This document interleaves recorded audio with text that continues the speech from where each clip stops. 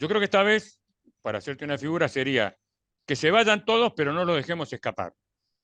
Es decir, puede ser, no quiero ser agorero ni apocalíptico, puede haber un final cruento, violento, esperemos que no.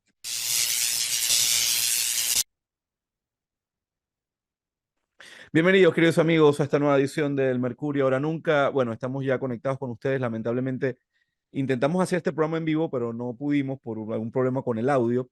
Pero bueno, finalmente ya estamos acá y vamos a conversar con el coronel Carlos Pisolito, a quien seguimos pues hace mucho tiempo y el cual, bueno, al cual respetamos y apreciamos mucho su opinión. Varios de nuestros suscriptores nos han pedido que lo trajéramos al canal y finalmente estamos aquí. El coronel ha tenido varias intervenciones en el canal privado de Daniel Stulin y la verdad es que siempre deja muy buen sabor de boca escucharle y sobre todo ese toque de esperanza que es muy importante no perderlo.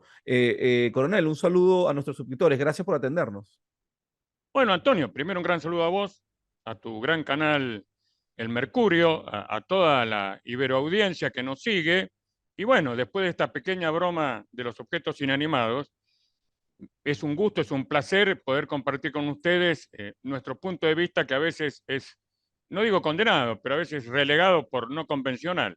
Sí, pero bueno, hay que escucharnos todos y creo que eso es lo más importante, ¿no? Coronel, fíjese, están sucediendo cosas bien interesantes en el continente, en el mundo entero, ¿no? Estamos teniendo, yo diría que los 4 años más vertiginosos de nuestras vidas. Pero bueno, hoy quisiera que nos enfocáramos un poco en el tema de nuestro continente, de nuestro contexto regional. Y bueno, usted está viendo, todos estamos viendo lo que está pasando en Ecuador. Yo viví allí 6 años, tengo una hija que nació en Ecuador. Es un país que me duele muchísimo y quiero muchísimo. Y quisiera hacer un pequeño resumen de lo que pasó y usted me dirá qué piensa de esto. Y de ahí vamos a saltar a otro tema que, que quizás es aún más preocupante, que es el tema argentino. Fíjese, en Ecuador se está presentando una escalada compleja y profundamente preocupante del crimen organizado y la violencia. Esta escalada, pues básicamente de violencia, de pandillas, ha hecho que Ecuador experimente pues un aumento significativo de la violencia relacionada con esas pandillas. Y esto quedó ahora claramente ilustrado cuando, bueno, hombres armados irrumpieron en la transmisión en vivo pues, de un popular programa de noticias. Han habido 11 muertos en pocos días. Aumentó muchísimo la tasa de homicidios en un lapso de solo 4 años. La tasa de homicidios en Ecuador ha aumentado drásticamente, convirtiéndolo en el país más mortífero de América Latina continental. Eh, Estamos viendo pues disturbios carcelarios y fugas de todo tipo. Los hechos estos que vimos pues ahora fueron desencadenados por la fuga de Adolfo Macías, que es un notorio líder de una pandilla de la prisión regional de Guayaquil. Y esto ha provocado disturbios en las prisiones, etcétera, etcétera, ¿no? Hemos visto la respuesta del gobierno. El presidente Noboa declaró estado de emergencia, impulsó un toque de queda y desplegó el ejército para tomar el control de prisiones, aparte que ha dicho en entrevistas que esto que están viviendo es culpa, entre otras cosas, de un problema pues de poca presencia del Estado en los puertos, de incluso la dolarización, entre otras cosas, ¿no? Y bueno, entendemos también que hay una relación aquí con las raíces en el conflicto colombiano. La violencia tiene raíces en la dinámica cambiante del narcotráfico en la región. Y después de la desmovilización de las FARC en Colombia, bueno, varias organizaciones criminales internacionales, incluidas los carteles mexicanos y la mafia albanesa, han llenado pues ese vacío, convirtiendo a Ecuador, especialmente a Guayaquil, en un importante centro para el envío de cocaína. Entonces estamos viendo una situación bien complicada que aparte es tocada por el tema de la corrupción, la economía dolarizada de Ecuador y los indulgentes requisitos de visa pues han facilitado la afluencia del crimen organizado. Y la corrupción dentro del gobierno y las fuerzas del orden han exacerbado el problema con pandillas infiltrándose y controlando una parte importante del sistema penitenciario. Yo quisiera que usted nos diera un poco su visión como experto en seguridad de lo que está pasando allí y de cómo la presencia del Estado, cuando de alguna manera pues es debilitada o desaparece tan rápidamente, puede ocasionar este tipo de cosas, si eso lo podemos tener en cuenta como una teoría. Y luego saltamos a otro tema, otra pregunta que le tengo que posiblemente nos deja aún más clara esta situación. Adelante, coronel, ¿qué piensa? Mira, Antonio, a diferencia tuya, no he vivido en el Ecuador, no tengo un conocimiento profundo, sin embargo, tengo el honor de haber presidido el Regimiento de Infantería 8 argentino, que libró su última batalla por la independencia americana en el volcán de Pichincha, allá tú lo habrás visto, Sí. cerca de su capital. Es decir, es un país que tengo un gran cariño. Estos días me he comunicado intensamente con mis compañeros de armas, pero yo creo que para la audiencia y para ti mismo, antes que yo entre en los detalles de la situación ecuatoriana, que disto de ser un experto, darte una llave de interpretación. Porque lo llamativo de este fenómeno, y tú lo estás señalando, es que no solamente está sucediendo en Ecuador en forma muy mediática, sino que hace años, medio siglo que sucede en Colombia, ha comenzado a suceder en otros países. Hoy leí una noticia de graves acusaciones muy similares a la que tú has hecho: dolarización, desregulación, falta del Estado en un país hasta el momento insospechado de narcotráfico como es la República Oriental del Uruguay. Y para rematarla, lamentablemente mi país parece haber ingresado en este cono de sombra, en este túnel sin salida que es el narcotráfico. De hecho, la última noticia que te puedo decir que une ambos temas: nuestra ministra de Seguridad ha ofrecido personal policial y militar al gobierno de Ecuador. El presidente Noboa lo ha aceptado. Por su parte, los Estados Unidos ha dicho que ellos solamente van a proveer doctrina y equipamiento, es decir, ellos pondrían los fierros y nosotros los heridos y los muertos. Con los cuales, obviamente, es una situación muy compleja. ¿Qué es lo que yo veo? Acá veo una relación entre lo que es la economía capitalista, que surgió, y lo hemos estudiado Max Weber, Werner Sombart, hace varios siglos atrás en las ciudades venecianas, genovesas del norte de Italia, que después se trasladó a todo el mundo occidental, que recibió una inyección muy potente luego de la Reforma Protestante, el capitalismo, pero que hoy se ha desmadrado y tenemos lo que Edward Ludwig denomina el turbocapitalismo. Es decir, mi tesis y mi teoría explicativa, mi llave de interpretación, que esto no es algo raro. Esta es la consecuencia lógica de un sistema donde lo material, donde el dinero es un síntoma de la bendición divina y es inevitable. No por nada, los países que he mencionado, Ecuador, Uruguay, Argentina, están viviendo este proceso que tiene la siguiente característica. Tú la mencionaste perfectamente: la desaparición del Estado. Es lo que menciona Martín Van Crevel en su libro La caída del Estado. Después de la Segunda Guerra Mundial, todos los estados modernos comienzan a ser atacados de la parte superior por organismos supranacionales, como pueden ser las Naciones Unidas, ONG muy potentes, multimillonarios, y desde abajo por estos actores no estatales, como son los carteles o los narcotraficantes.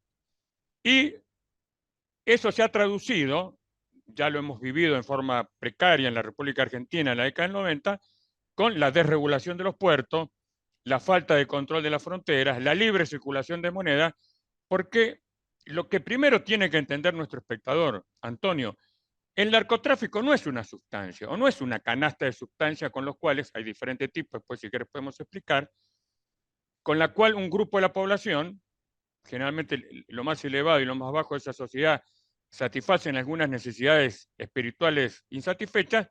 Es un dinero, es un gran negocio. Hoy, no nos cabe duda, el narcotráfico es la primera actividad económica del mundo. Es lo primero que tenemos que entender. Lo segundo que tenemos que entender, que esto no se realiza al margen de las instituciones políticas y financieras del mundo. Es decir, no es como aparece a veces en las películas, que vemos a los narcos con grandes habitaciones, grandes bóvedas llenas de crocantes euros o dólares.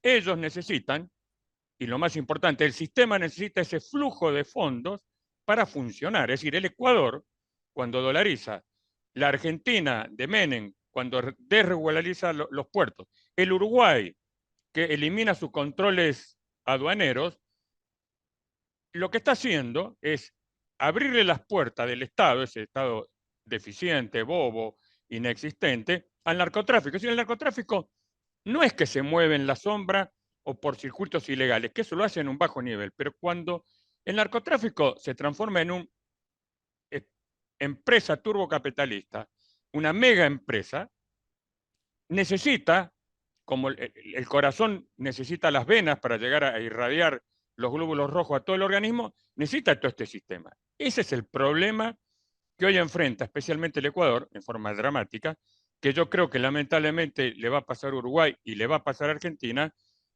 que esta política anarcocapitalista, que es en realidad una reedición recargada o altas calorías del calvinismo protestante de Werner Sombart, es la madre del borrego. Entonces hoy, y con esto concluyo esta primera parte, colocar lo que yo llamo carne con ojo, es decir, gente uniformada, con armas, a apoyar ideologías en ciudades supuestamente conquistadas por el narcotráfico, no es una solución. Acá la solución, en principio, es de alto nivel político y dentro de ella es financiera. Es decir, el Ecuador tiene un problema financiero, su dolarización. Argentina y Uruguay, si bien no están dolarizadas, sabemos perfectamente que es la moneda de cambio de los grandes negocios. Y para colmo de males, y un poco te adelanto la segunda pregunta, la Argentina, su actual presidente ha prometido que va a dolarizar la economía, con lo cual yo creo que se crean condiciones ideales para el tráfico ilegal de cualquier sustancia, especialmente de las drogas.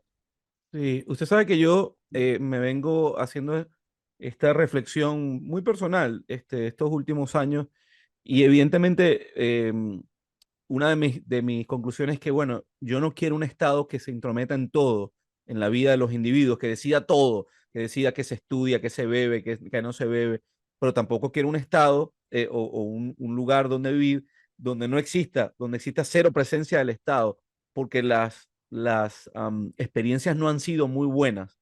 Yo recuerdo, y usted lo mencionó en una oportunidad, una entrevista que le escuché, de aquel famoso pueblo en Canadá, creo que fue, o en el norte de Canadá, donde el Estado desapareció del todo. Usted puede ayudarnos a entenderlo porque, y ponernos el ejemplo. Se lo digo porque cuando yo llegué a Ecuador, estaba todavía este hombre, Correa. A mí no me gusta hablar de los políticos, yo de todos estoy esperando lo peor. Pero recuerdo, porque estaba haciendo periodismo allí, que antes de que llegara ese hombre habían 17 asesinatos por cada 1.000 habitantes. Cuando se fue, habían 5 asesinatos por cada 1.000 habitantes. Llegó Moreno, cambiaron mucho las cosas, se hizo otro tipo de política y después con Lazo, bueno, y hoy tenemos lo que tenemos. No puede ser casualidad. Entonces mi pregunta va por ahí. ¿Puede refrescarnos ese, esa experiencia que hubo en aquel pueblo donde decidieron no tener presencia del Estado, solamente oferta y demanda, y un poco ayudarnos a entender, bueno, qué pasa cuando el Estado desaparece, teniendo en cuenta el tema de Ecuador? Bueno, te agradezco, Antonio, ese recuerdo. Mi experiencia, que ya no es corta, me enseña que nada se hace no hay nada nuevo bajo el sol. Me puse a buscar cuando el presidente Milei, en su discurso de éxito, en su primer discurso a la gente que lo estaba aplaudiendo fuera de donde estaba su búnker, él dijo muy suelto de cuerpo: voy a ser el primer presidente libertario de la historia. Bueno, esto me llamó la atención, me puse a buscar, excepto algunos mencionan a la primer ministra Truss Lutz, que tuvo el récord de estar solamente 45 días en Downing Street 10, pero encontré un libro, lo compré y me lo leí, que tal cual tú lo mencionas, es una pequeña localidad, Crafton, muy cercana a la frontera de Canadá en los Estados Unidos, un pueblo 10.000, 15.000 habitantes, reducido, una zona boscosa preciosa, y un grupo de libertarios, unos 200 personas, ven esta característica, un pueblo que tenía una larga tradición de rebeldía, se había negado a integrar la Unión Americana una vez declarada la independencia con las 13 colonias, y les gustó el pueblito. ¿Y qué tenían en común? Había grandes millonarios, había vagabundos, pero todos se referían a sí mismos como anarcocapitalistas, anarquistas, etcétera, etcétera. Bueno, se mudaron a ese pueblo y dijeron, bueno, nosotros vamos a poder intervenir muy rápidamente en el Consejo Deliberante, obligar a votar leyes. Bueno, dicho y hecho, ellos ganaron la mayoría y comenzaron a influir en las leyes. La primera ley que ellos van a aprobar es la eliminación total de los impuestos estatales, o los redujeron prácticamente a cero. ¿Qué fue lo que pasó? Claro, el municipio, que debía recoger la basura, cambiar los focos del alumbrado cuando se quemaban, dejó de tener dinero, comenzó a acumularse la basura, la policía, que a su vez dijeron, no, ¿para qué necesitamos policías si somos toda gente armada, que tenemos nuestro derecho al uso de la legítima defensa? Que no venga la policía. Bueno, eh, muy pronto las calles se llenaron de pozos, se incrementó la criminalidad, tal cual usted me está contando pasó en Ecuador, es decir, nada nuevo. Pero acá hay un factor que yo creo que es casi tragicómico, y que es una gran símil y parábola de lo que puede pasar. Estaba todo bien en el pueblo, más allá que su calidad de vida había descendido, se habían incrementado los asesinatos por violencia familiar, las disputas entre vecinos. Aparece un visitante inesperado que eran los osos. Una zona boscosa, todos sabemos que en Estados Unidos hay una gran población de osos de distinto tipo, estos eran los osos pardos, unos osos de digno tamaño, muy peligrosos, y al principio comenzaron claro, como la policía no patrullaba, no había luz, el municipio no había recogido la basura, se sintieron a sus anchas y fueron tomando confianza estos osos, hasta que algún día cuando se comieron toda la basura que estaba fuera de las casas, no tuvieron mejor idea que ingresar a las casas. Y bueno, y ahí se armó un gran debate, aquellos que le daban comida a los osos porque tenían una concepción, digamos, anarcoanimalista, los que no, que defendían su libertad a ultranza y le pegaban un tiro en la frente al oso. Bueno, te lo hago breves, obviamente. Al poco tiempo esa comunidad explotó, estalló, los libertarios se tuvieron que ir, y yo creo que esta es una imagen digna de ser tenida en cuenta, Claro. porque podríamos entrar en cuestiones filosóficas de la paz de Westfalia, el surgimiento del Estado, Thomas Hobbes, y cuando el hombre es el lobo del hombre. Es decir, está visto que a lo largo de la historia los seres humanos, que no nos caracterizamos precisamente por ser gente buena y educada en todas las circunstancias, necesitan de un Estado. No lo quiero llamar represor, ni mucho menos, como tú, comparto que el Estado no debe intervenir en todo, pero la larga experiencia histórica que tenemos del, de la edad de piedra prácticamente hasta este siglo XXI transhumanista, es que es necesario, porque no, la libre libertad ejercida en cuestiones extremas, como lo ha propuesto el presidente Milei, que llega incluso a decir que un padre puede vender a su hijo, o puede vender sus órganos, o comprarlos. Vemos que esto suena muy lindo, suena muy romántico, como le habrá sonado a estos anarquistas de Grafton, pero que en la práctica tiene consecuencias terribles. Y creo que acabamos de un principio que hace a la ética del capitalismo. Que el capitalismo basa en una supuesta igualdad de oportunidades, lo cual es una falsedad absoluta, porque yo soy el hijo de un mecánico que con mucho esfuerzo estudié y llegué a donde llegué, como mucha otra gente, y hay otros que nacieron en cuna de oro, que tienen acceso a empresas que no las consiguieron. Entonces, ya partimos de una gran desigualdad, y si no tenemos un agente igualador que en vez de propender a la libre competencia, que no es libre porque no es lo mismo estar arriba de una Ferrari que arriba de un Volkswagen Polo, el Estado debe propender al bien común. Cuando ese bien común, y lo han analizado grandes teólogos, filósofos y hombres prácticos, es decir, aparece lo que decía el Thomas Hobbes, es decir, el lobo del hombre, es decir, desaparece la libertad, queda la libertad solamente para los poderosos. Si yo, Claro. que no me puedo pagar una prepaga, que no puedo tener un auto de alta gama, que no puedo tener seguridad dentro de un country, que no puedo tener guardaespaldas, que no puedo tener un auto blindado, paso a ser básicamente, es decir, se feudaliza el sistema. ¿Qué es lo que, a ver, con esto termino, qué es lo que hacen los que integran los carteles de la droga? Los carteles de la droga son gente que ha nacido, obviamente, no en cuna de oro, pero que tiene ambiciones, que tiene iniciativa, que tiene cierta predisposición a la violencia y no acepta estas reglas.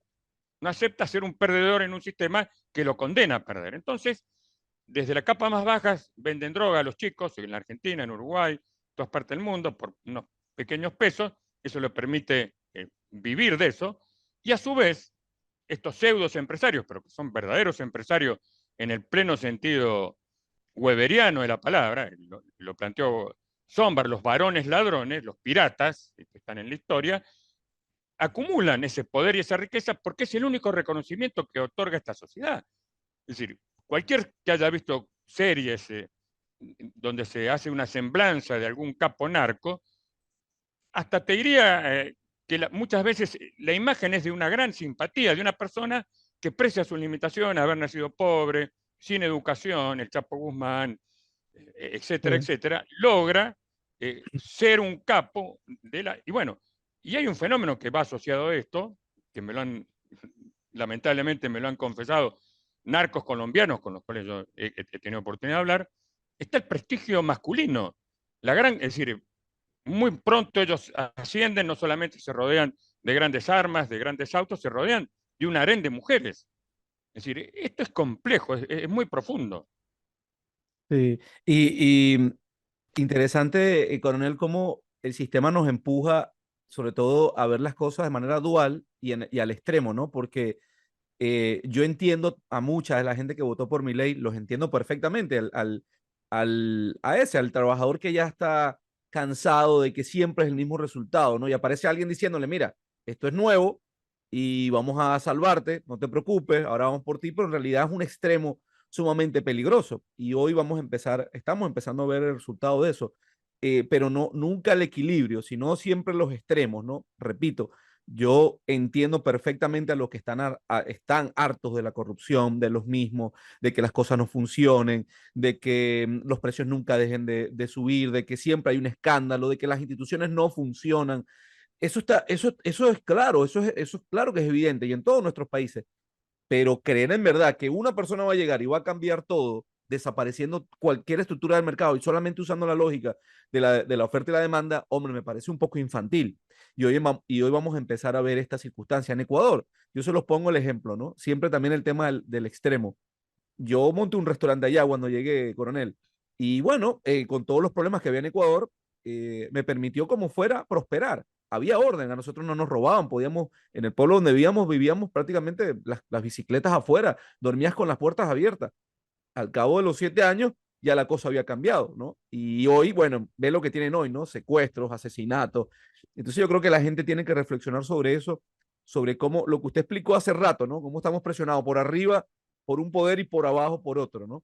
Eh, Coronel, usted ha dicho varias cosas muy interesantes que le he venido escuchando en esta semana. Una de las cosas que usted dice es que Argentina es posible que esté en medio de un experimento.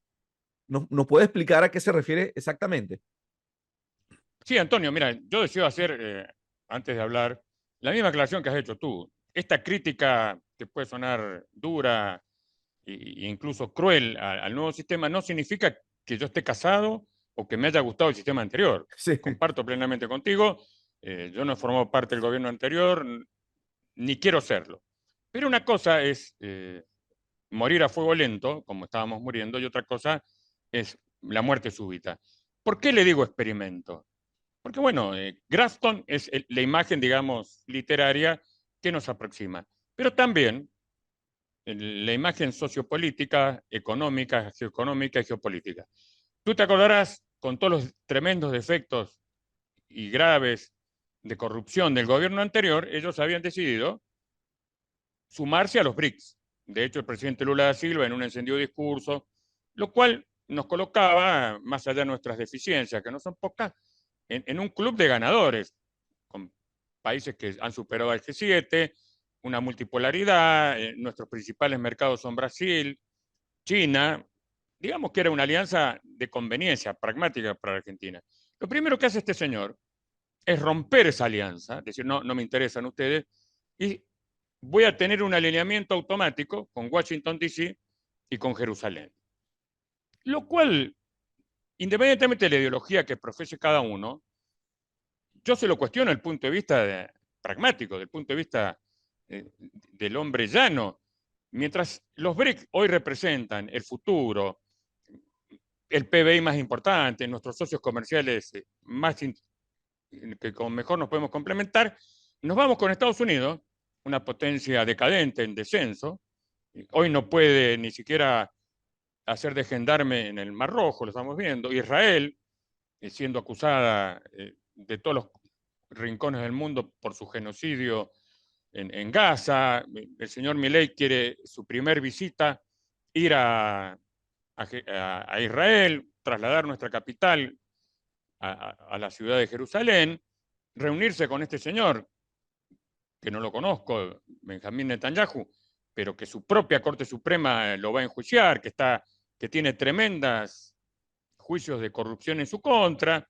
Entonces yo, como un argentino llano, digo, ¿por qué no vamos de un club donde teníamos muchas cosas para hacer y nos metemos en un club que a mí se me representa, para hacer una imagen histórica, final de la Guerra Fría en 1991, tú te acordarás, George Bush Padgett, después de la caída de Saddam Hussein, proclamar el nuevo orden mundial. Bueno, ellos se adhieren a ese nuevo orden mundial cuando en realidad está muerto. Tan muerto que no sé si tú estás al tanto, te voy a contar una pequeña anécdota de los últimos días de la situación argentina. Esto entra en lo cómico, en lo tragicómico. Nuestro presidente Milei había anunciado con bombo y platillo que no iba a negociar con comunistas, Sí. refiriéndose a Xi Jinping. No sé qué tendrá de comunista, pero bueno, supongamos que era cierto. Bueno, sucede que la Argentina, el 50% de sus reservas, escasas reservas del Banco Central, están en yuanes, con un swap que nos había entregado China, y nuestro principal socio comercial son China y Brasil. Bueno, la canciller, en una torpeza digna de mejor causa, se reúne con la embajadora de Taiwán, lo cual, por supuesto, erizó y sacó de la tradicional paciencia a los chinos. Y, por supuesto, pusieron el grito en el cielo. Nos dijeron, bueno, le vamos a quitar el swap, con lo cual ustedes van a entrar en default. Vamos a dejar de comerciar ustedes y ustedes con la soja no sé qué harán, pero no, bueno, Se la vamos a comprar a en Brasil. Se la vamos a comprar a Brasil. sí, sí, a ustedes no. Bueno, en 48 horas o menos, creo que menos, la canciller voló desesperada a poner paños fríos, a hablar alabanza de Xi Jinping, a sacarse fotos con el embajador, diciendo, no, la Argentina tiene la política de un solo Estado. Bueno, entonces, acá Realpolitik. viene Realpolitik. la red. Bueno, yo la duda que tengo una duda, te la tengo que plantear, Antonio, es sincera, no es una especulación de la oratoria. Lo decía el padre Castellani, una persona que yo leo mucho y me referencio. Él hacía una gran diferencia entre el perverso, que era una persona malvada, pero que hacía el mal sabiendo que hacía el mal, que era una persona que a la corta o a la larga la gente terminaba dándose cuenta que estaba frente a un perverso, como puede ser un narcotraficante, como puede ser un gobernante corrupto de tanto que hay por ahí. O en realidad es un insensato. El insensato es una persona, un tonto, que es honesto, que cree en sus capacidades, pero que es un tonto. Y tiene la gran desventaja o ventaja para él, que él puede convencer a otros tontos.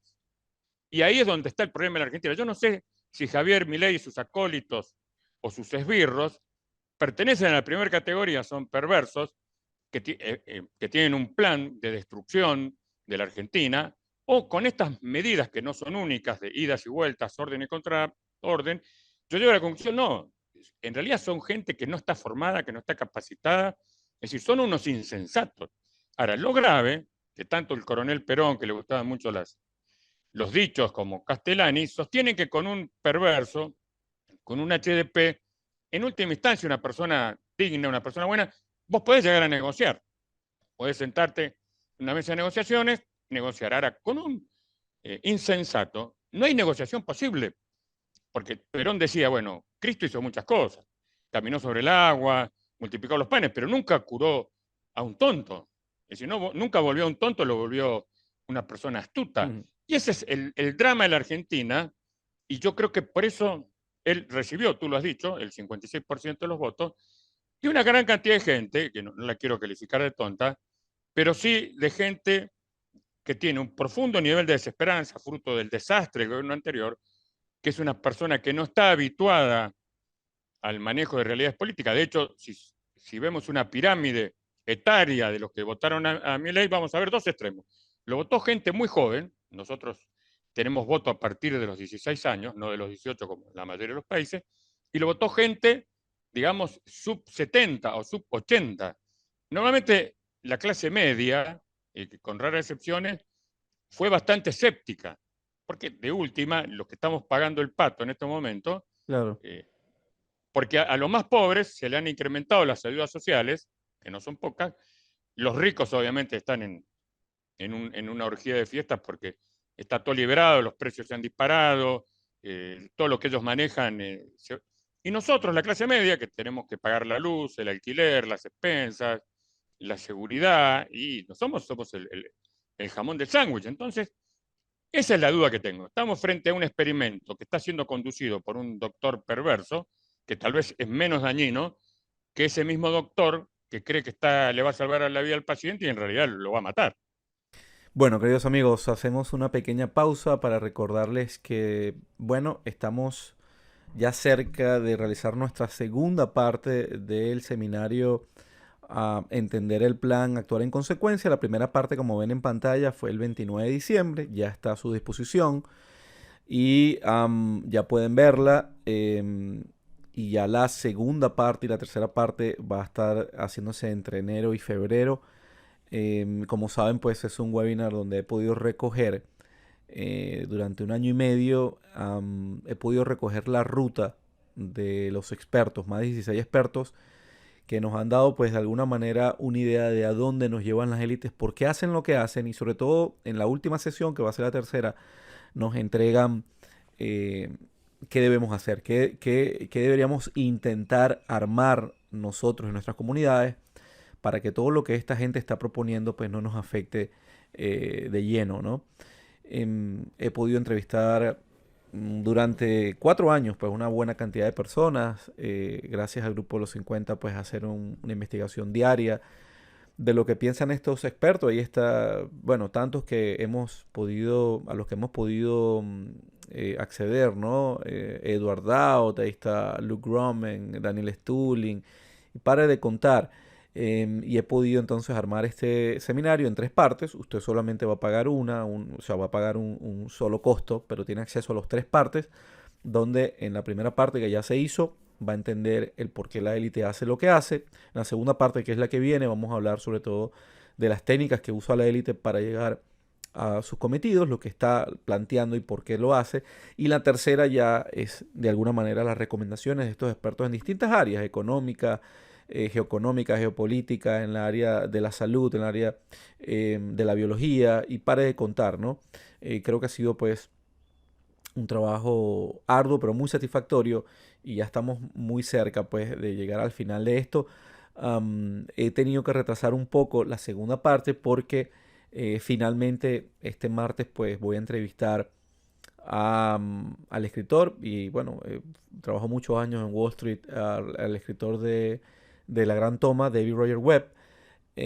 Ya pues me he reunido varias veces con él, pero este martes voy a hacer una entrevista muy larga, que va a salir una parte pues pública en el canal YouTube, pero también va a salir pues, voy a usar esto para lo que estamos haciendo. Él no ha sido uno de los expertos con el que hemos hecho el trabajo de un año y medio, porque realmente el libro de David Roger Webb salió pues en abril del año pasado, marzo, abril, mayo, en mayo, junio del año pasado. Y empezamos nosotros a trabajar en las traducciones y todo esto. Pero bueno, ya he podido hablar con él, una persona muy atenta, muy amable. Y bueno, nos va a ayudar mucho a entender esta nueva propuesta que es la Gran Toma. Entonces, los invito a que se vayan al mercurioN.com. Ahí está pues todo lo que explica el webinar, todo lo que se hace, las 3 partes. Y yo creo que es muy valioso para los que estamos intentando entender qué tienen para nosotros armado, por qué lo hacen, cómo lo hacen, cuáles son sus estrategias y sobre todo qué ruta debemos tomar según estos 16 expertos. Lo que yo he hecho es, de alguna manera, eliminar el ruido de tantas cosas, que si sionismo, que si Illuminatis, que si no sé qué, y tratar de ubicar, pues, un consenso entre todos, entre la gran mayoría de estos expertos y conseguir armar una hoja de ruta en cuanto a la riqueza personal, en cuanto al tema de, preparacionismo, en cuanto al tema de armado de comunidades, en cuanto al tema de salud, etcétera, etcétera, etcétera, ¿no? El tema mental, que es muy importante, y psicológico. Así que bueno, seguimos con Carlos Pisolito. Por cierto, quería comentarles, eh, y esto lo hago rápidamente, ustedes saben que parte de mi preparación es constante, ¿no? No solamente salir aquí, yo estoy intentando prepararme, como nos dicen los expertos, ¿no? Una de las cosas que siempre colocamos en el grupo de los 50, porque es algo que nos llegan, es, mira, empieza a desarrollar una especie de oficio, algo que sea fácil en el futuro, en un futuro que no sabemos cómo se va a manifestar, en el que sea fácil, pues que tú puedas cambiar ese servicio por, ya sea por dinero o por otro servicio o por algún tipo de alimento, lo que sea, ¿no? Y bueno, este 15 arranco un curso con la Escuela de Electricidad de México, Escuela Mexicana de Electricidad, ¿ok? Abajo les voy a dejar el enlace, el correo electrónico de la persona que me atiende, gente muy seria. Ya de hecho hice unas 2 clases, pero ya ahora lo arranco de manera concreta. Lo bueno es que es en línea, porque bueno, por mi tiempo, por mis cosas, no puedo hacerlo presencial. Hay opciones presenciales, pero bueno, voy a hacer un curso básico de electricidad, después haré uno de electrónico. Uno nunca sabe.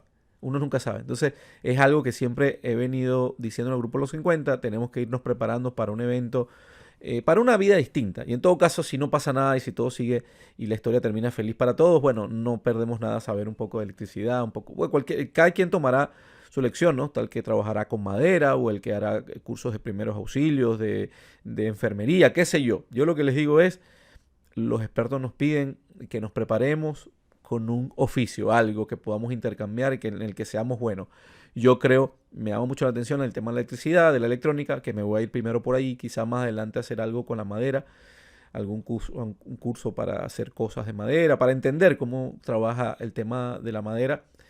Y no voy a parar, lo voy a hacer por lo menos estos 3 4 años, me voy a dedicar, este va a ser mi primero, que es el tema de electricidad. Abajo les dejo el correo electrónico a los que les interesa porque está muy bueno. Primero, no es caro y segundo, es totalmente en línea. Entonces tú puedes usar tu tiempo libre para eso. Creo que es muy importante. Bueno, continuamos con Carlos Pisolito, ¿no? Y una pregunta, coronel, ¿ya la Argentina estaba en remate antes de que llegara Milei o se puso en remate definitivamente ahora?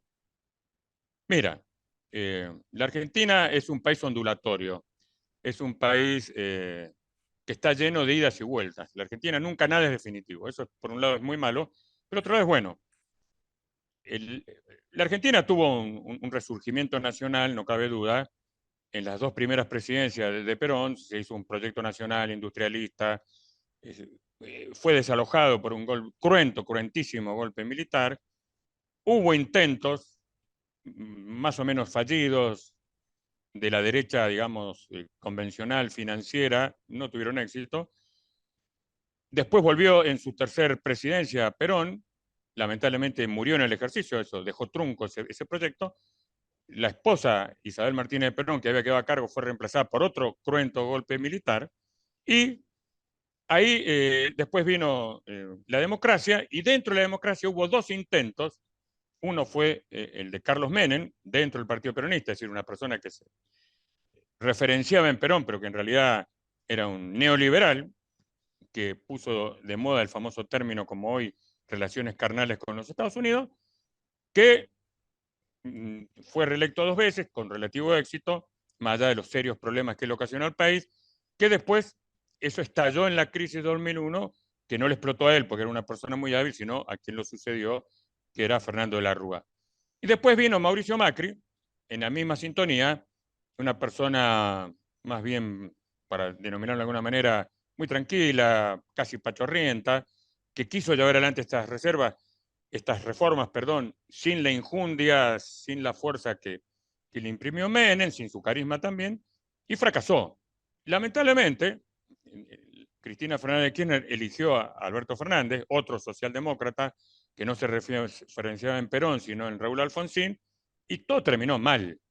Lo que tiene nuevo este experimento no es su contenido ideológico, que podemos decir que es igual a todos los procesos, ya sean militares o civiles neoliberales. Hay una similitud doctrinaria, es decir, han leído los mismos libros, se referencian en los mismos autores, repiten las mismas ideas. Acá el problema, o por denominarlo de alguna manera, es la intensidad. Mientras que Macri, él mismo lo ha dicho, él se arrepiente de esa pachorra, de ese gradualismo, y hoy está con Milei. Milei dice, no tengo tiempo para perder. Y de hecho, tú lo sabes, en su primer semana de gobierno, él envió al Congreso un DNU, un decreto de necesidad de urgencia con 120 leyes. A los pocos días se ha elevado una ley ómnibus con 300 DNU, 300 decretos. ¿Cuál es el resultado de esto? Si esto se aprobara, que está en discusión, obviamente la constitución escrita de la Argentina, que puede que permanezca inviolable, se va a modificar la constitución material, es decir, acá desaparece todo tipo de regulación, desde las más importantes. Te voy a dar dos casos para que tú veas dos extremos. Los clubes de fútbol argentinos, que nadie puede negar, somos malos en muchas cosas, pero en el fútbol somos bastante exitosos, van a ser puestos como sociedades anónimas y podrán ser comprados por un jeque árabe, por un inversor británico, cuando no hay ninguna necesidad. Pues nuestros clubes funcionan porque además no hacen solamente fútbol.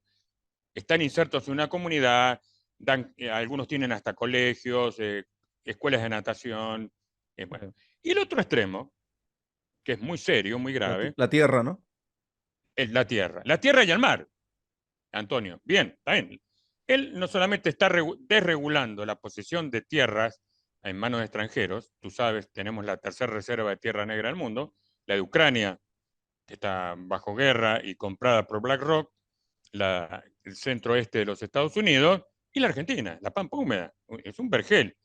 Y como si esto fuera poco, tú sabes que hoy los países, Ecuador es uno de ellos, que tiene un litoral marítimo, Uruguay, que tiene un gran litoral marítimo, su soberanía económica de las 200 millas ha sido extendida a la soberanía del subsuelo a las 350 millas. Esto es una inmensidad.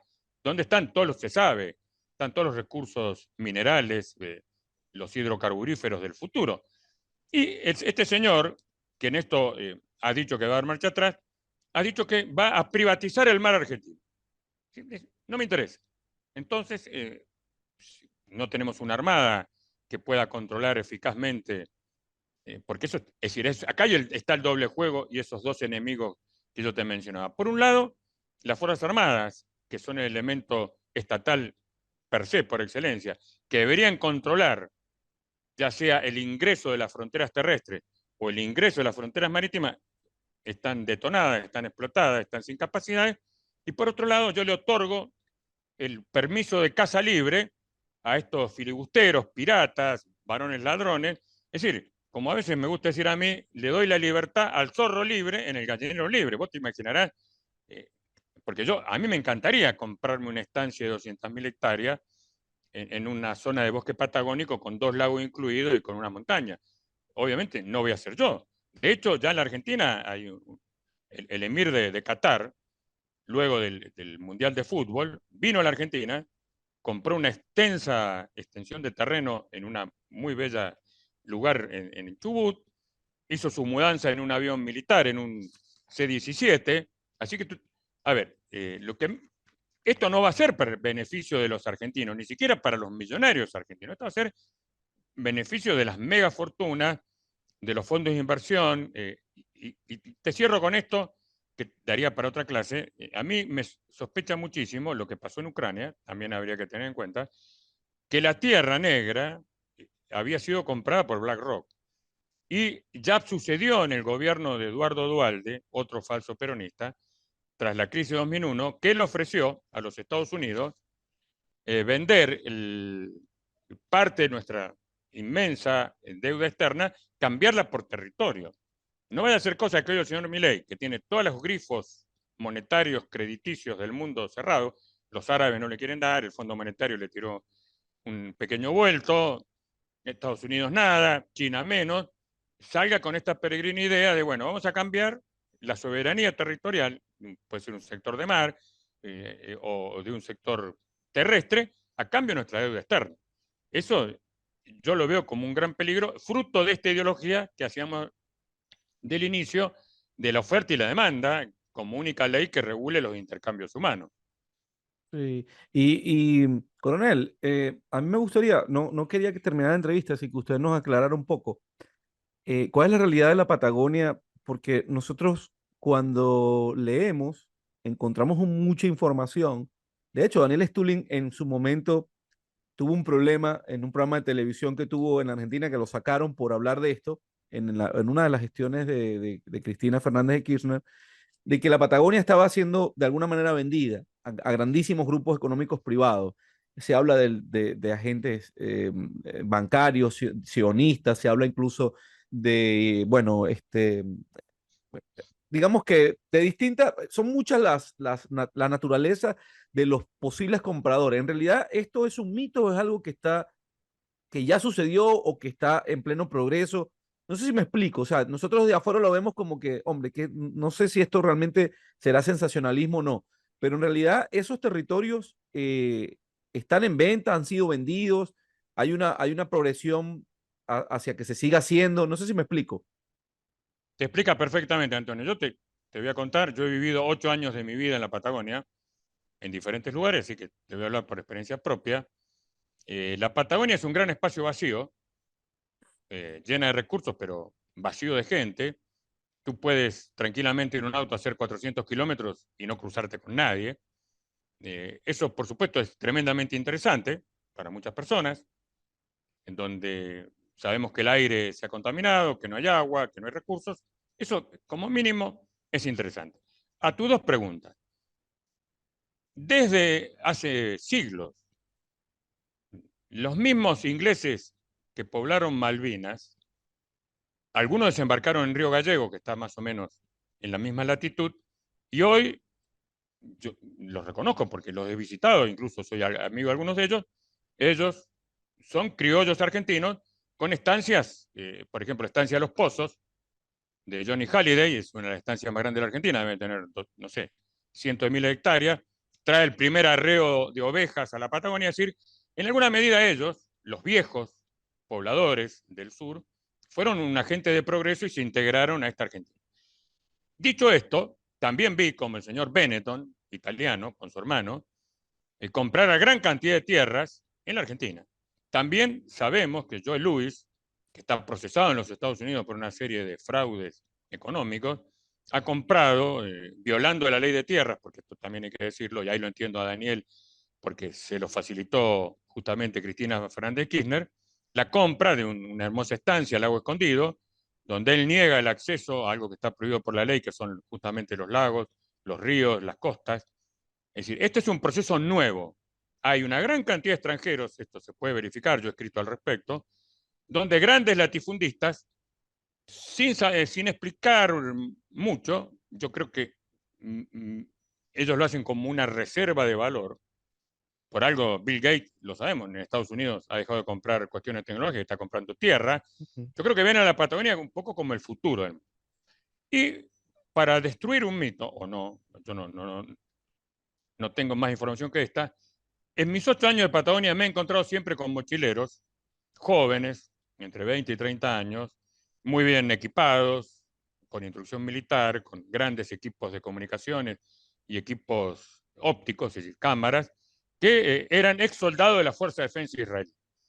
Esto, yo no quiero decir que esto es una conspiración, que haya un plan, estoy relatando como testigo lo que he visto.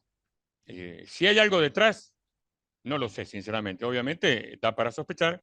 Yo estimo que el Estado argentino, lo mismo que le ha sucedido a Ecuador y que tú citaste al principio, esas fronteras porosas han sido, digamos, una de las causas de este mare magnum de violencia que está sufriendo ahora. Y yo le agrego una característica que la tiene el Ecuador, pero que la tiene incluso más marcada la Argentina, que es la Argentina es un país hóspito.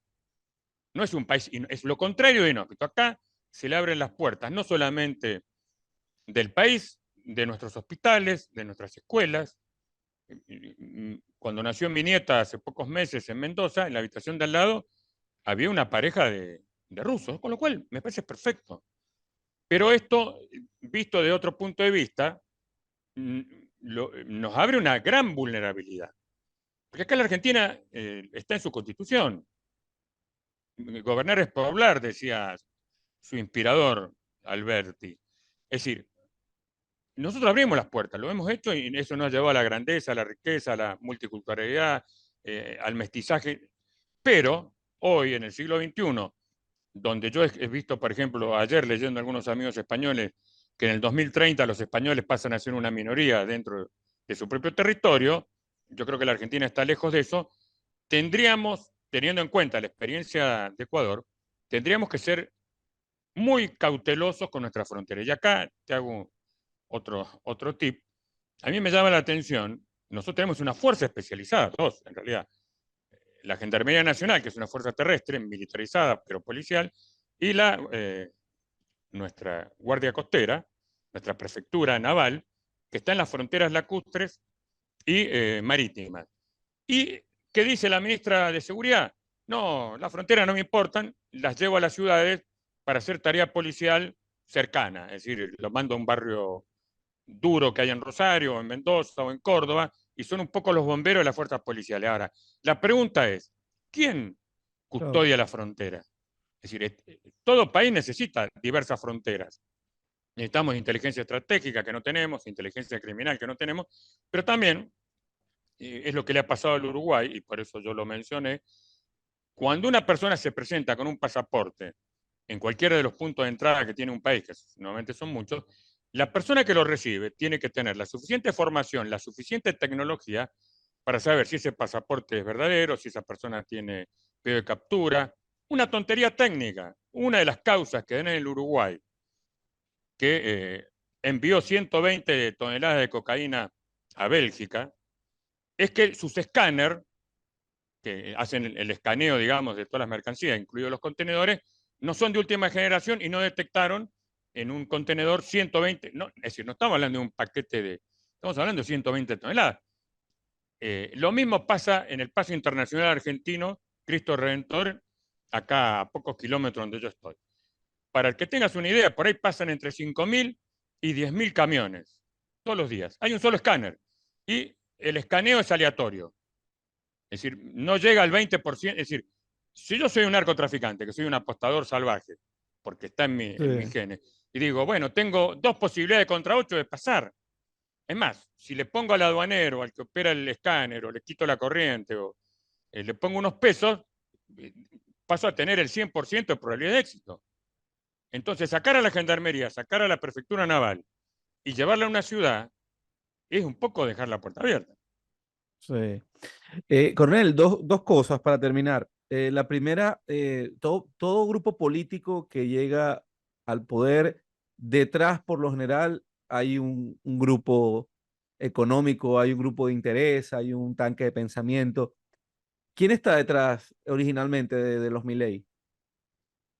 Mira, te No voy a sé, nombrar un me hablo caso. del globalismo. ¿A quién le No, interesa no, que te este voy a hombre dar llegue nombres, allí? mira, te voy a dar un nombre muy concreto. Es decir, independientemente del pool de empresarios, que debe ser grande, no todos, pero debe ser grande, el más conocido es Eduardo Neurnequian. Si tú no lo conoces, Sí, sí sé quién es. es un empresario argentino que se ha hecho famoso por una empresa muy promisoria que ahora está expandiéndose a Asia, incluso a África, Aeropuertos 2000, administra, digamos, la parte civil de los aeropuertos, que le ha dado una gran fortuna y un gran éxito. Tiene que ver algunas características de ese señor. La más importante, este señor también, en forma humanitaria, creó, mantuvo y mantiene el cementerio de nuestros caídos en la localidad de Darwin, en Malvinas. Ahí, enterrados ahí, los muertos que pudieron ser recolectados y que están ahí. Lo cual, y esto no es algo pequeño, le ha merecido hace meses atrás el reconocimiento de caballero de la carretera del Imperio Británico. Mm. Otro dato, enfrente de mi casa, donde yo te estoy hablando, te lo digo absolutamente literal, Antonio, no me van a creer, pero esto es así.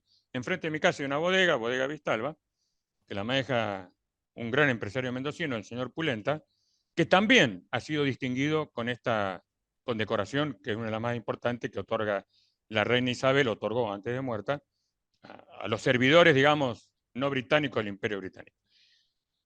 Todo funcionario británico que tiene que ingresar a mi país para cumplir algún tipo de función, se le hace un curso de inmersión que lo maneja la Universidad Nacional de Cuyo, que es una universidad nacional, donde viene el matrimonio, o la pareja, o quien sea, y se los divide y se los envía varios meses a una casa donde no se habla inglés. Clase media baja, a los efectos, es decir, para mí esta es la gran figura del orden de Arabia, es decir, personas que vienen de un mundo diferente al nuestro, que es el mundo anglosajón, que tienen que lidiar con estos salvajes, atorrantes, sucios y mugrientos que somos los argentinos, nos conocen. Yo lo he vivido, yo he sido jefe de oficiales ingleses, a diferencia de los norteamericanos que venían en un auto blindado con custodia. Ellos venían tomando mate en el trencito que veníamos todos. Eso me llama la atención, y esta es una reflexión que me ha costado años llegar, lo que Gran Bretaña no logró por la fuerza de sus cañones, que fue doblegarnos en Malvinas, más allá de su victoria, lo está logrando por este soft power.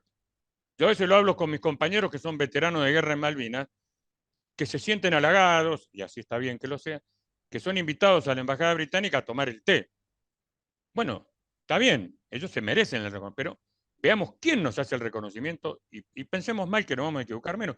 ¿Por qué? Bueno, tú me preguntabas Javier Milei. Bueno, Javier Milei tiene estas simpatías, que yo no sé si es una torpeza de él o es un descaro, una desvergüenza, de mostrarse a cara abierta con rabinos, con algunos que son tristemente famosos por lo que ha sucedido Bueno, en esos famosos dice que túneles. admira profundamente a Margaret Thatcher.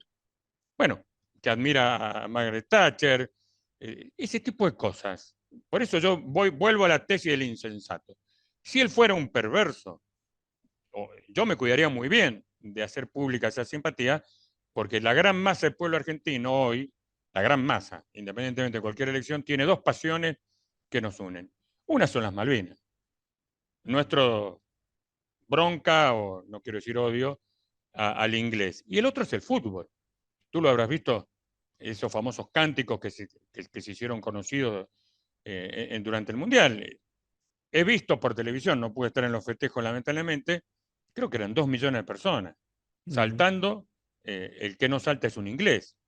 Más allá de lo folclórico, lo divertido o no que nos puede parecer el fútbol, esto marca una herida o una genética cultural que tiene la Argentina. Es decir, no estamos contentos en la anglósfera.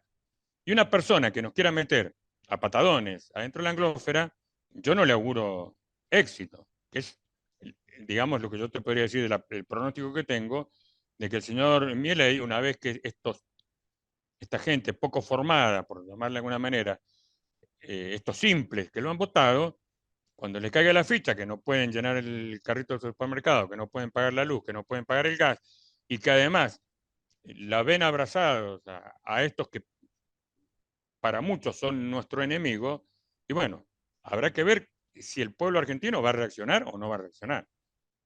Y por último, usted que conoce tanto de historia y sabiendo que la historia es cíclica, se repite y a veces sumamente cruel en ese sentido, irónica, qué previsiones ve para la Argentina? Es decir, ¿qué cree que va a terminar pasando con este proyecto? Mira, Antonio, es la pregunta más difícil que me puedes haber hecho. Me la hago constantemente todos los días de mi vida, varias veces. Eh, yo lo que te decía, y para no negarte una respuesta, la Argentina es un país imprevisible, absolutamente imprevisible. Teníamos una junta militar, para citarte un caso, totalmente pro-norteamericana, pro-occidental. El general Galtieri, que era su jefe, había sido catalogado como un general majestuoso, causando gran impresión en los despachos de Washington, D.C., y a los pocos días decide recuperar Malvinas. Una cosa creyendo que los Estados Unidos, que era nuestro aliado lejano, nos iban a mantener en un pie de igualdad con Margaret Thatcher, con Gran Bretaña. Bueno, todos sabemos lo que sucedió. Entonces, si la Argentina tuvo esa no sé cómo, esa chispa, esa iluminación de lanzar tremenda hazaña hace 40 años, ¿qué no podría ser hoy? Es decir, hay en el fondo de nuestra genética un componente que viene de muy de lejos, que viene prácticamente de las guerras de la independencia. Nosotros acá nunca nos sentimos cómodos, se enojarán algunos amigos míos españoles, nunca nos sentimos cómodos mandados, como lo mencionaba el general San Martín, maturrango.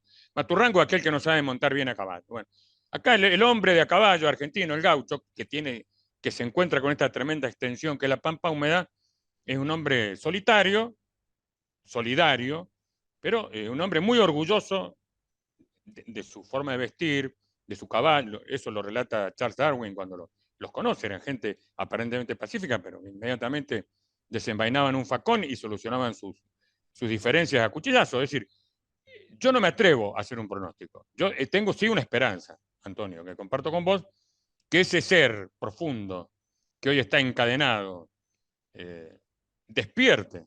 Y esa Argentina profunda, que muchos amamos y tratamos de mantener viva, en algún momento se exprese de la mejor manera posible, en lo posible sin violencia. Es difícil que esto no ocurra, como ocurrió en el 2001, cuando pasó algo similar.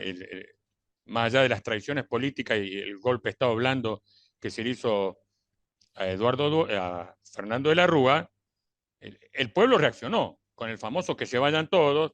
Lamentablemente, eso no se reciclaron todos y volvieron todos. Yo creo que esta vez, para hacerte una figura, sería que se vayan todos, pero no los dejemos escapar. Es decir, puede ser, no quiero ser agorero ni apocalíptico, puede haber un final cruento, violento, esperemos que no, esperemos que este señor Milei, que ha dado marcha atrás en muchas medidas, dé marcha atrás en otras medidas que es necesario. A su vez, que esa oposición tan desastrosa de Sergio Massa, Cristina Fernández de Kirchner, Alex Kicillof, los quiero nombrar para que nadie le quede duda, Ujú. desaparezcan. No les creo que se Impresentables. vayan a su casa y que surja una nueva, y no digo clase política, digo dirigencia.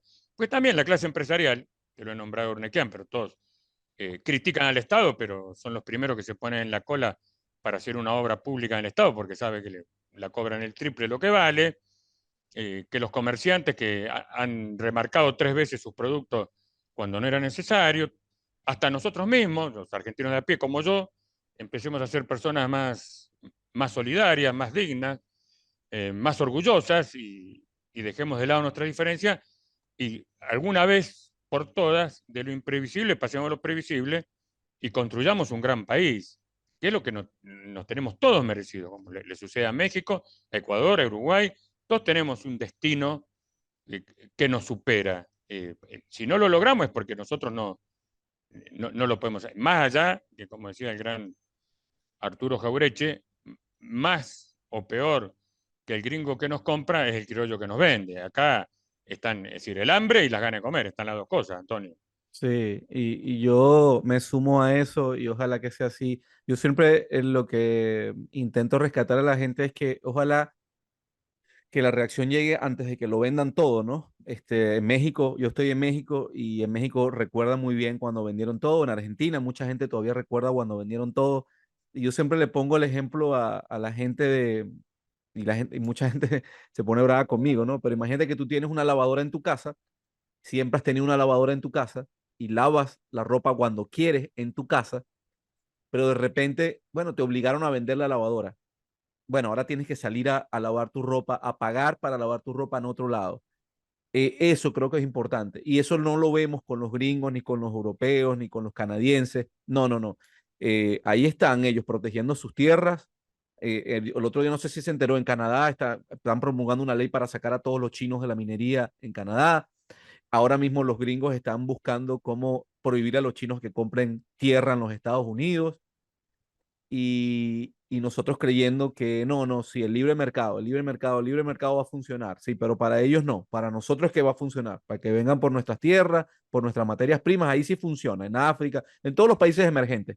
Pero bueno, amigos, si le gustó este programa, le da like, lo comparte, se suscribe al canal si no lo ha hecho, recuerde darle la notificación para que le llegue bueno, el mensaje de que estamos publicando. Les ruego que por favor sigan al coronel. Ahí siempre vieron su Twitter, síganlo porque es muy valioso seguir al coronel en Twitter, en X ahora se llama. Y coronel, bueno, quiero agradecerle e invitarle para una entrevista en el futuro porque sobre todo su opinión del punto de vista geopolítico y geoeconómico es muy valioso. Y estamos viendo lo que está pasando en el Mar Negro, lo que está pasando en Ucrania, y bueno, y pare de contar. Y nos gustaría nuevamente que nos acompañara, pero ahora para hablar de eso. Le quiero agradecer por su tiempo. No, Antonio, el agradecido soy yo. Uno tiene una vieja herida de docente, uno siempre quiere explicar, a veces de más, a veces aburre, como me dicen mis hijos, mis nietos, ya me lo contaste, papá, abuelo, pero la repetición lamentablemente es la base de la enseñanza. Yo te agradezco a tu canal, lo miro siempre, el Mercurio, esos contenidos no convencionales que permiten estar despierto. En una sociedad, tú lo dijiste, que en 4 años nos encerró, nos vacunó, nos pauperizó, nos digitalizó, nos espió, el estar despierto, porque yo creo que el objetivo no es la lavadora, no son las empresas, es nuestra conciencia, Sí, Antonio.